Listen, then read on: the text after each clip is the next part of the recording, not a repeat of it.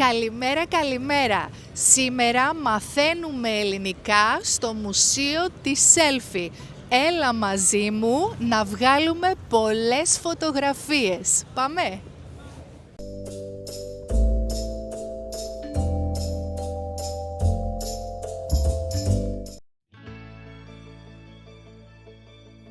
Καλώς ήρθες στη Θεσσαλονίκη. Σήμερα θα επισκεφτούμε μαζί ένα διαφορετικό μουσείο. Ένα μέρος που πρέπει να βγάλεις πολλές φωτογραφίες. Λοιπόν, μόλις φτάσαμε στο μουσείο, πάμε να δούμε τι έχει μέσα. Είμαι στο θάλαμο με τα τηλέφωνα. Κρατάω ένα κόκκινο τηλέφωνο. Θα με βγάλεις μια φωτογραφία. Και πάμε στο τυρκουάζ δωμάτιο. Εδώ μέσα υπάρχει ένας vintage καναπές όπου μπορείς να καθίσεις και να διαβάσεις το βιβλίο σου. Αυτό είναι το πρώτο ροζ δωμάτιο. Έχει φτερά και μπορείς να σταθείς μπροστά τους για μια υπέροχη φωτογραφία.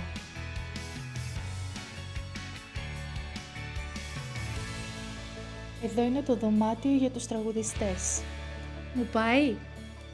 Επιτέλους, το όνειρό μου γίνεται πραγματικότητα. Πάντα ήθελα να γίνω τραγουδίστρια. Βλέπω ότι κάθε δωμάτιο έχει διαφορετικό χρώμα. Και αυτό είναι πράσινο. Και έχει πράσινα φυτά. Και τις αγαπημένες σου τις κουμπάλες. Αυτό το δωμάτιο είναι καταπράσινο, γεμάτο με πράσινα φυτά. Από το πράσινο δωμάτιο πάμε στο κίτρινο. Πάμε στο κίτρινο δωμάτιο λοιπόν, γύρω-γύρω έχει κίτρινες σακούλες και στη μέση ένα κίτρινο καρότσι. Λοιπόν, εδώ έχει prompts, έχει πράγματα που μπορείς να φορέσεις για να βγεις φωτογραφίες. Γυαλιά, κοκαλάκια, μικρόφωνο. Αυτά τι είναι? Αυτά είναι ρόλε για τα μαλλιά. Και βέβαια καπελάκια. Λήψη 12 για το Δήμης Πικρίκ, σκηνή 23, πάμε! Τι είναι αυτό? Είναι ένας χρυσός τοίχος. Θα με βγάλεις με φώτα. Να καθίσω στην καρέκλα και να πάρω τηλέφωνο. Ένα ροζ τηλέφωνο για πριγκίπισσες. Και ένα ραβδάκι. Αυτό ήταν ένα πολύ κοριτσίστικο δωμάτιο.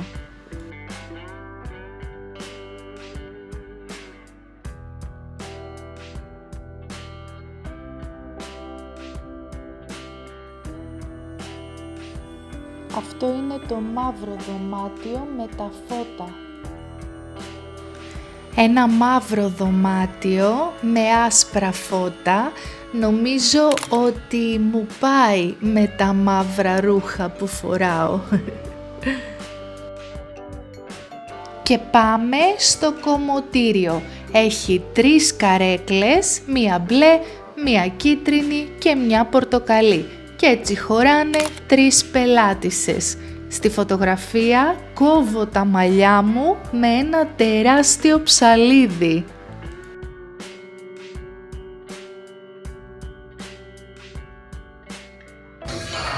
Και πάμε στο αγαπημένο μου χρώμα, το μπλε. Αν με βλέπεις καιρό, ξέρεις ότι το αγαπημένο μου χρώμα είναι το μπλε. Πάμε εδώ, στους καθρέφτες. Αυτό είναι και το αγαπημένο μου δωμάτιο.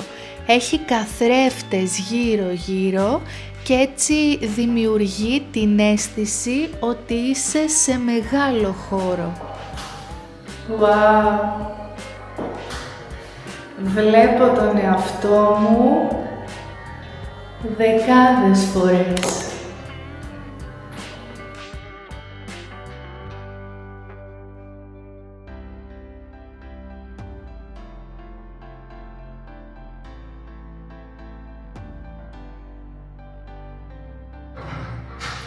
Ωραία, μόλις βγήκα από το δωμάτιο με τους καθρέφτες και πάω στο δωμάτιο που νομίζω ότι ήρθε από το Παρίσι.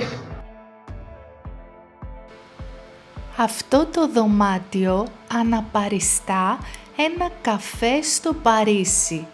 Έχει ένα κόκκινο τραπεζάκι και 2 κόκκινες καρέκλες όπου μπορείς να καθίσεις και να απολαύσεις το καφεδάκι σου.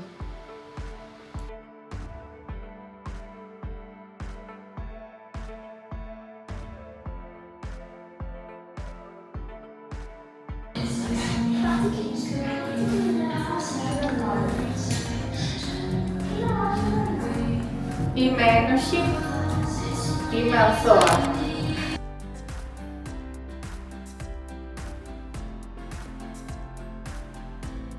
Και τώρα πάμε στα τελευταία δωμάτια. Εδώ έχει μια κούνια.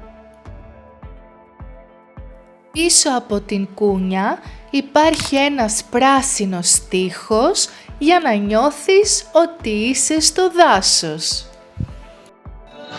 Και ξαφνικά είμαστε στο δάσος. Αυτό είναι πιο αληθινό δάσος. Η δασκάλα από το Βολονουδιών είναι αυτή.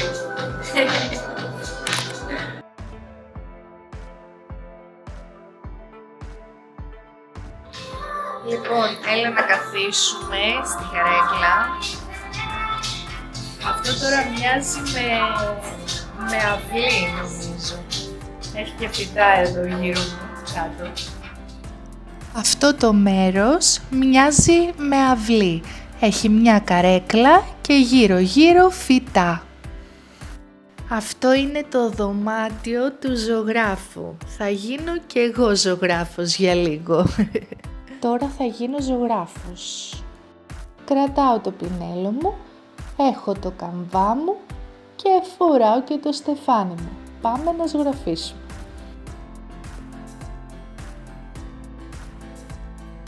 Και αυτή είναι η αγαπημένη φωτογραφία του Δημήτρη.